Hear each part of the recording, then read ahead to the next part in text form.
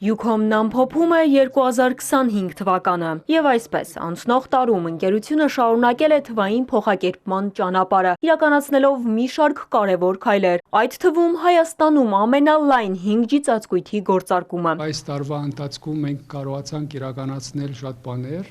ի շնորհիվ ռազմավարական համագործակցության ձեռքբերումը, որ ունեցավ աշխարհի մեծ մատակարար գործընկերների հետ, իտեմս Nokia-ն շարժական ցանցերի, շարժական կապի ցանցերի մատակարարը, իտեմս Mediakind-ը, IPTV մասնակցված մատակարարը եւ իտեմս անգլիական Սերիլիոնը։ Մենք աշխատանքները, որ անում էինք, իհարկե կարողացանք հասցնել այս տարվա աշխատանքները ավարտին 5G շարժական կապի ցանցում, որտեղ ի շնորհիվ մեր տեխնիկական անձնակազմին հասցրինք կառուցել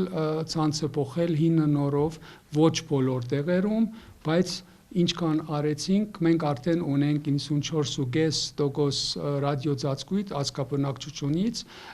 որտեղ կարող են օգտվել 5G ցանցից։ Յուքոմը նաև շարունակել է թվային փոխակերպման ծրագրերը, ներկայացնելով Uplay նոր հեռուստատեսային ու մեդիա հարթակը, որը առաջարկում է 200-ից ավելի հեռուստաալիք ու ֆիլմեր, հնարավորություն տալով օգտվել մինչև 5 սարքով։ Միաժամանակ ընկերությունն ընդլայնել է ֆիքսված կապի ցանցը, ապահովելով որակյալ ինտերնետ ու հեռուստատեսություն նաև Եղվարդում եւ Երևանի եւս 4 թաղամասերում։ 2025 թվականին ընկերությունը նաև շարունակել է սոցիալական պատասխանատվության ծրագրերը, ներդնելով կանաչ տեխնոլոգիաներ, նորարարություններ եւ աջակցելով համայնքների զարգացմանը։ Եվ այս տարվա 10,000 ծառով արդեն Յուքոմը տնկած կլինի 30,000 ծառ, ու մենք այս ուղղությամբ շարունակելու ենք։ 2025 թվականի 3-րդ եռամսյակի տվյալով Յուքոմը պահպանել է առաջատար դիրքը ֆիքսված ինտերնետ կապի շուկայում, գրանցելով բաժանորդների 4.0% եւ եկամուտների 7.3% աճ նախորդ տարվա